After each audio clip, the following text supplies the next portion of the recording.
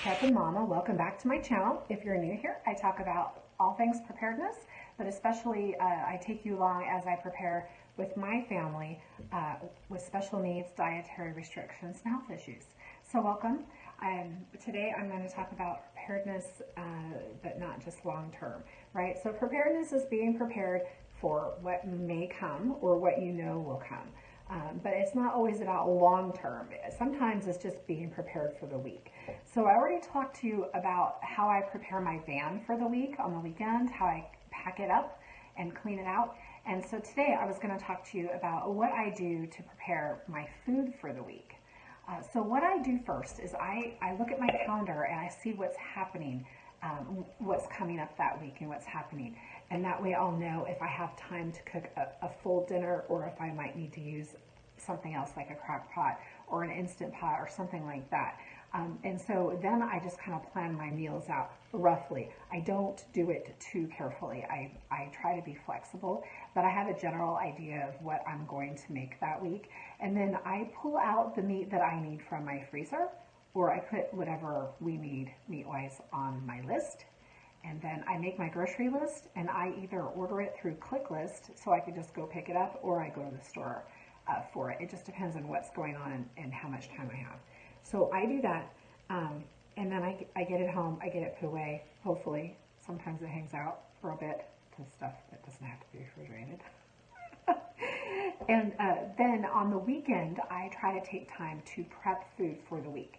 And I really like it when I have an afternoon to do that, and generally I'll try to shoot for Sunday afternoon. But I don't always have a big block of time to do it. So sometimes I'm doing a little on Saturday and a little on Sunday and maybe even a little on Monday. But there's certain things that I like to try to have done before I start the week. So a couple things, like today, I hard-boiled 2 dozen eggs because we go through them a lot, my husband and I both especially. So I hard-boil 2 dozen eggs, and I use my Instant Pot for that, which makes it really easy. And then I also made a dry pancake mix so my boys can just kind of make themselves pancakes whenever they want, because it seems like that's what they want to do at night, is eat breakfast food. Tomorrow I have 2 butternut squashes. They're the last butternut squash from my summer garden, and I'm going to be trimming that and cubing it up and just putting it in the fridge raw, so it's just ready to cook anytime. I might go ahead and do that with some sweet potatoes too. I have some yams that I need to, that I'd like to have ready for the week too. And I like to make hashes out of those, and I'll probably do a video about that another time. That's actually a really handy thing to make in any situation. And then tonight I actually made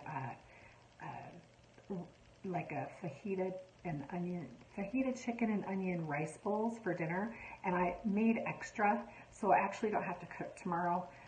So I have that in the fridge. I have the rice and the chicken and onions in the fridge, so I don't need to cook tomorrow too, which will be nice because then I'll probably spend that time doing other things.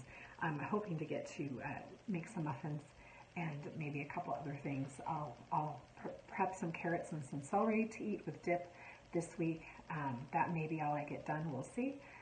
But anyway, I just wanted to talk a little bit about looking at the closer picture of your calendar and what's coming up in the next week and preparing for that, because we all look at the long term, but sometimes we forget to prep in the short term.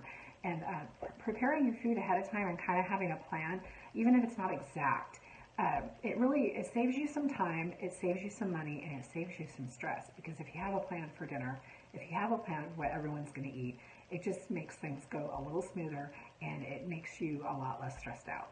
So that's what I have for you today. Thanks for joining me. If this video was helpful or if you liked it, please hit the like button and subscribe. Thanks a lot.